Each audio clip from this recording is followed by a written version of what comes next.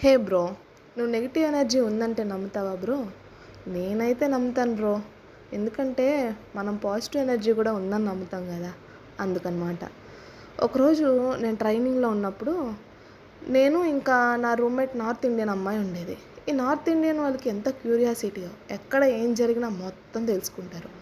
అలానే ఒకరోజు ఏం జరిగిందంటే, నైట్ ఏం తోచక ముచ్చట్లు పెట్టాం. అప్పుడు అడిగిందనమాట, మన పక్క బిల్డింగ్ ఉంది కదా, అది ఎందుకు అంత ఖాళీగా ఉంది నీకు తెలుసా అని అడిగింది.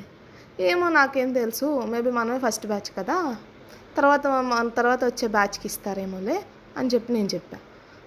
లేదు లేదు, కరోనాకు ముందు ఒక బ్యాచ్ వచ్చిందంట. ఆ బ్యాచ్లో ఒక అమ్మాయి ఎగ్జామ్ ఫెయిల్ అయిందంట. ఎగ్జామ్ ఫెయిల్ అయిందని చెప్పి సూసైడ్ చేసుకుని చనిపోయిందంట. సో చనిపోయిన తర్వాత రోజు నుంచి ఆ బిల్డింగ్ ఖాళీగా ఉంచారు. ఆ తర్వాత ఏ బ్యాచ్కి ఇవ్వలేదు.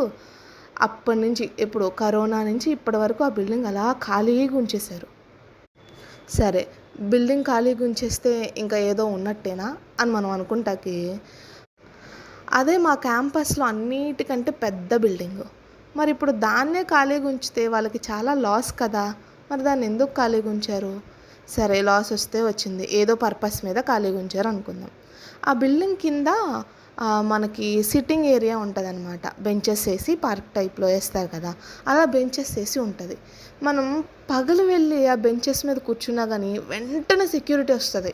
సెక్యూరిటీ వచ్చి విజిలేసి, మేడం వెళ్ళిపోవాలి, ఇక్కడ ఎవరు కూర్చోకూడదు, ప్లీజ్ గో అని చెప్తుంది అనమాట. ఎందుకు ఆమె అలా చెప్పాలి? అండ్ అటు నుంచి ఎవరిని నడవనివ్వరు, అటు నుంచి ఎవరిని వెళ్ళనివ్వరు. ఆ బిల్డింగ్ ఆనుకుని కొన్ని బిల్డింగ్స్ ఉంటాయి కదా, ఆ బిల్డింగ్స్లో జనాలు ఉండేవాళ్ళు అనమాట, మా ఫ్రెండ్స్. సో వాళ్ళు చెప్తా ఉండేవాళ్ళు నైట్ టైము, ఇక్కడ ఇలా గజ్జల సౌండ్ వినిపిస్తుంది, ఇలా ఎవరో పరిగెడుతున్నట్టు వినిపిస్తుంది. ఇవన్నీ డిస్కస్ చేసుకుని నైట్ నిద్ర లేకుండా తెల్లారి ట్రైనింగ్ క్లాస్ రూమ్లో పడుకునే వాళ్ళం అనమాట. అలా జరిగేవి ట్రైనింగ్ రోజులు.